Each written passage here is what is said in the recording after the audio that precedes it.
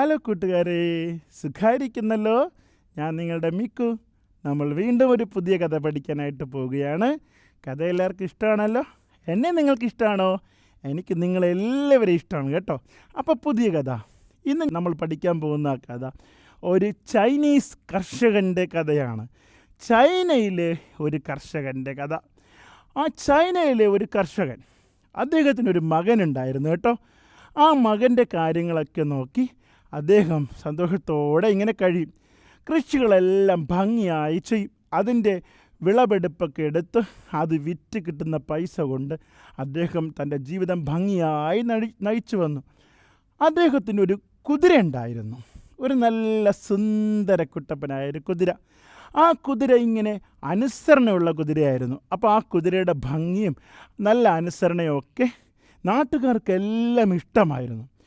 ഒരു ദിവസം എന്തു സംഭവിച്ചെന്നറിയില്ല, ഈ കുതിര കാട്ടിലേക്ക്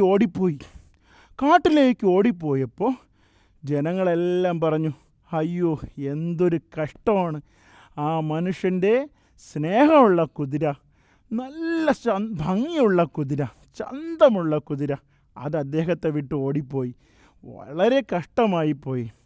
അപ്പോൾ കർഷകനും മകനും ഒന്നും മിണ്ടിയില്ല, ആരോടും പരിഭവം പറഞ്ഞില്ല.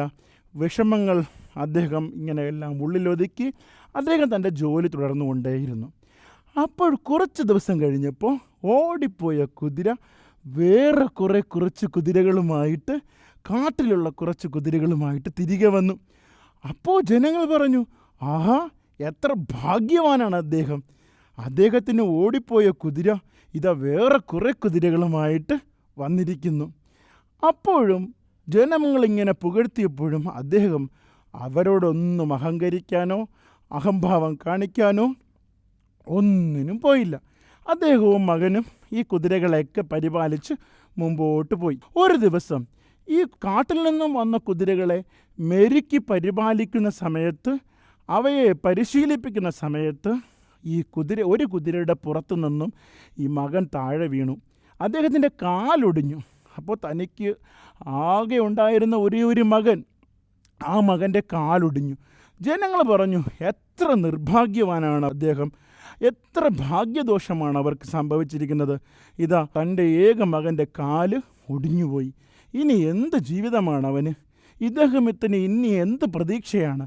അങ്ങനെ സങ്കടങ്ങൾ പറഞ്ഞപ്പോഴും അന്നും അദ്ദേഹം ആരോടും പരിഭവിക്കാനോ സങ്കടപ്പെട്ട് നടക്കാനോ പോയില്ല. അദ്ദേഹം തൻ്റെ ജോലി ഭംഗിയായി ചെയ്ത് ഈ മകൻ്റെ രോഗത്തെയൊക്കെ പരിചരിച്ച് മുമ്പോട്ട് പോയി. കുറേ ദിവസം കഴിഞ്ഞപ്പോൾ അവിടെ പട്ടാളത്തിൽ, അവിടുത്തെ രാജ്യത്തിലൊരു യുദ്ധം, ആ യുദ്ധത്തിന് വേണ്ടിയിട്ട് പട്ടാളത്തിൽ ചേർക്കുവാൻ നിർബന്ധിച്ച് ആരോഗ്യമുള്ള യുവാക്കളെ പിടിച്ചുകൊണ്ടുപോയി വീടുകളിൽ നിന്നും. അപ്പോൾ ഓരോ വീടുകളിൽ നിന്നും അവിടെ ഉണ്ടായിരുന്ന യുവാക്കളെ നിർബന്ധിച്ച് പട്ടാളത്തിൽ ചേർത്തു.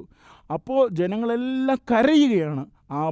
അപ്പനും അമ്മയും ഒക്കെ അവിടെ മക്കളെ ചൊല്ലി, എന്താണ് പട്ടാളത്തിൽ ചേർത്ത് യുദ്ധത്തിന് കൊണ്ടുപോവുകയാണ്, എന്തെങ്കിലും ഒരു അപകടം സംഭവിച്ചാൽ അവരെല്ലാം മരണപ്പെട്ടു പോകും.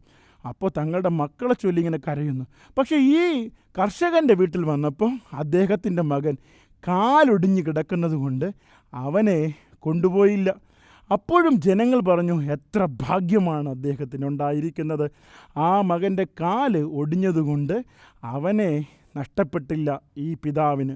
അന്നും അദ്ദേഹം ഒന്നും പറഞ്ഞില്ല.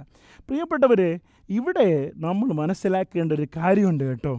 ഇദ്ദേഹത്തിന് നന്മയുണ്ടായപ്പോഴും അദ്ദേഹത്തിൻ്റെ ജീവിതത്തിൽ തിന്മയുണ്ടായപ്പോഴും, അപ്പോൾ സന്തോഷമുണ്ടായ സമയത്തും സങ്കടമുണ്ടായ സമയത്തും, അതാണ് നന്മയും തിന്മയെന്ന് ഞാൻ നിങ്ങളോട് പറഞ്ഞത്.